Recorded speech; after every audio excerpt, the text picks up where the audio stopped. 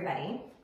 If you're someone who is really confused about all the different types of yoga classes that are offered either online or in a studio, or maybe you went to a yoga class and it was just so completely different from what you thought it would be, then this video is for you. I'm going to be breaking down the major types of yoga and explaining them to you in simple terms so you can decide which classes closely fit what you're looking for. So if you're new here, or if you're not, welcome to the channel. I'm Lauren. I'm a yoga teacher and I'm also a lifelong student of yoga, meditation, Buddhist philosophy, and I created this channel just to take the things that I've learned that have helped me the most and to share them with others. So that's where this video comes from. When I first started, I was really confused about all the different types of yoga, and I definitely attended some classes that were not what I'm looking for. So a message to all the other yoga teachers out there, real quick, kind of a disclaimer. This is not going to be going into the subtleties that those of us who study yoga have come to know and the distinctions that we may hold close, or even the origin stories of all of these different types. This is really for people who are new or maybe have only experienced one type of yoga, and I'm going to be explaining it in the simplest terms possible so that those folks can make a decision. All right, so I'm just going to go through the most common types. And the first really common type of yoga that you're probably going to see on a studio schedule or YouTube videos is Vinyasa flow. Vinyasa yoga or flow yoga. So this type of yoga is when poses are strung together with really smooth transitions, and the practitioners are encouraged to match their breath and their movements, okay? So if you have gone to class and it's like, inhale the arms up, exhale, hinge at the waist and fold down, inhale to halfway lift, exhale to fold and plant the hands, stepping back, flowing down through chaturanga, inhaling up to upward facing dog, exhale, downward facing dog. That is part of the sun salutations. It's like super characteristic of a Vinyasa flow class. So that's what that is. Vinyasa flow classes have their different levels, just like every class. They are energetic and they do really enact your cardio. So if you're going to a Vinyasa flow class, just select beginner, level 1, level 2, level 3, wherever you are at. So that's that type of class. One of the most common types of yoga taught in the US. Next yoga class is going to be Hatha Yoga, or more accurately pronounced Hatha. Hatha Yoga is kind of like the mother of all of the physical yoga practices, okay? So most other types of the physical practice of asana bridged out from Hatha Yoga. Most, if not all, of the poses in Hatha Yoga are the same poses that you're going to do in a Vinyasa class, but the Hatha classes, the poses are just held longer in a more static position. So it's not flowing in and out of one pose to the other. You know, you might hold tree pose for 4 breath cycles, you know, and then move into another pose. So similar to Vinyasa, but it allows you to stay in a pose and focus on that particular pose a little bit longer. I'll just mention another type of Hatha Yoga as an aside is like Iyengar. You might have heard of that, named after the teacher who made this popular. It's similar to Hatha and Vinyasa. It just really focuses more on using props to help students achieve proper alignment and a lot of direction from the teacher for like alignment cues. So if you hear Iyengar, it's pretty similar to Hatha. Okay, next is Ashtanga Yoga. Ashtanga Yoga. So Ashtanga, also a lot of the same poses as Hatha and Vinyasa. These are all kind of in this similar family. But what distinguishes Ashtanga is that there's a series of specific poses and each class is the same. So you'll go through this very specific series every single time you take the class. Whereas a vinyasa class might be different every time, and the instructor may infuse a lot of creativity of changing things up, Ashtanga is a dedicated series, and you'll do the primary series first, and once you master that series, then you're invited by your teacher to move on to more advanced series. So this type of class, same poses used in Hatha and Vinyasa, but the sequence and the structure is the difference. And I have actually never practiced Ashtanga myself, but I think it would be quite nice for beginners or people who really like structure. You really get the chance to master certain poses, spend more time on that alignment before moving on. So I think that is a very positive aspect of Ashtanga. I will also mention that it is meant to be rigorous and sweat, and so it is also an athletic style of yoga. Every yoga mentioned so far is pretty much an athletic style of yoga.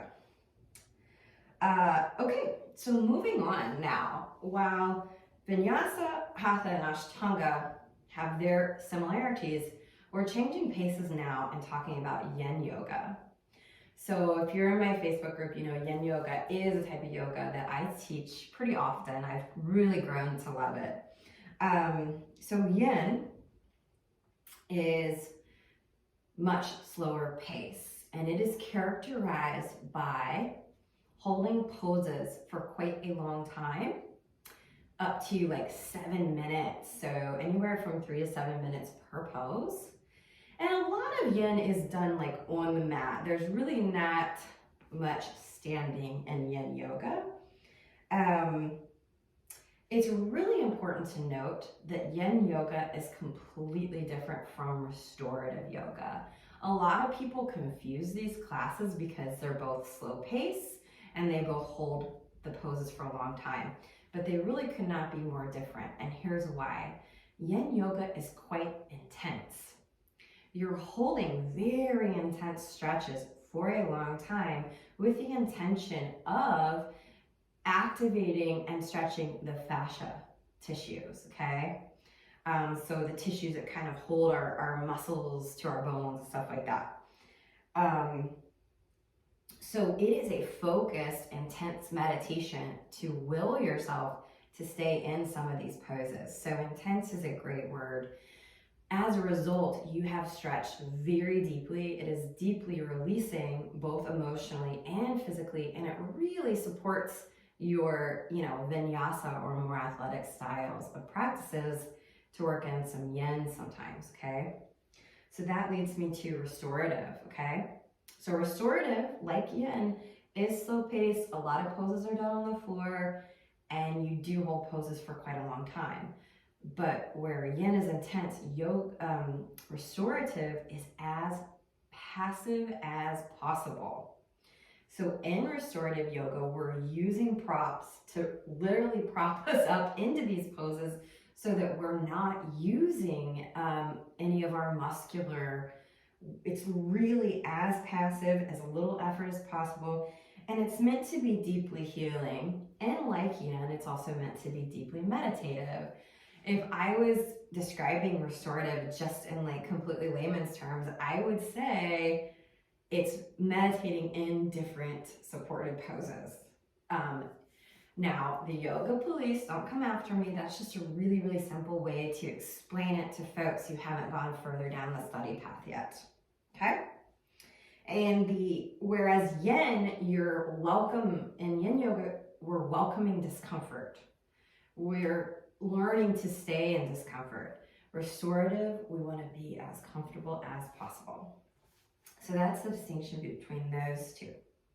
So let's move on now to talk about Kundalini Yoga. So Kundalini Yoga is not as popular in the US as the previous mentioned types of physical yoga practices. But Kundalini Yoga is Kriya Yoga. And so the best way for me to explain that to someone is the class is broken down into specific kriyas. And a kriya is a combination of a posture, a hand gesture like a mudra, okay, combined with a specific type of breath and a mantra, okay? So just to give you an example of a kriya, like Sat Kriya is a common kriya. So instead of sitting cross-legged, I would kneel and sit with my bum back on my heels. And we put our, fingers overhead, trigger finger out, women left, thumb over right. And we would repeat the mantra, Sat Nam, Sat Nam, Sat Nam. And we would inhale on the Sat with the belly, the navel coming back towards the spine, and then exhale on the Nam. Sat Nam, Sat Nam. So you might do that kriya for 3 to 7 minutes and move on and do another kriya where you hold a pose with a mudra and a mantra and breath and energetic work for another 3 to 7 minutes. And then you move on to another one. So kriyas kind of go in sets, and each kriya is meant to manifest a different positive quality in your life. And there's literally a kriya for everything: strength, prosperity, forgiveness, third eye seeing, all sorts of stuff. So that is just a very, very high level explanation of Kundalini Yoga. Oh, and of course, one of the very characteristic things of the Kundalinis is that they wear white. So that's another way you can kind of distinguish them. Let's move on to our next type of yoga, which is gonna be, I'm gonna talk about Hatha Yoga and Bikram Yoga together. So, Hatha Yoga, very descriptive. It is classes where the room is heated, okay? Bikram Yoga is a more specific type of Hatha Yoga, okay? So Bikram Yoga is always hot, but it is very structured. There are only 26 poses, and much like Ashtanga, every class is structured that same way. So all Bikram classes are Hatha Yoga, but not all Hatha Yoga is a Bikram class, because you could have Hatha Vinyasa, you could have Hatha Yin, you could have Hatha Hatha. So within Hatha Yoga, Bikram is that much more specific.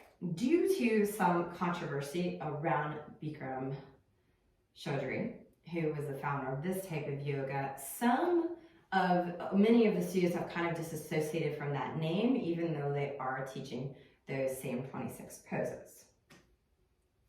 Coming down to our last couple examples here, I'm going to address Power Yoga, sometimes known as Baptiste Yoga, named for Baron Baptiste, who is a very influential proponent and teacher of Power Yoga. Power Yoga is also very descriptive. This is going to be a challenging, physically challenging, quite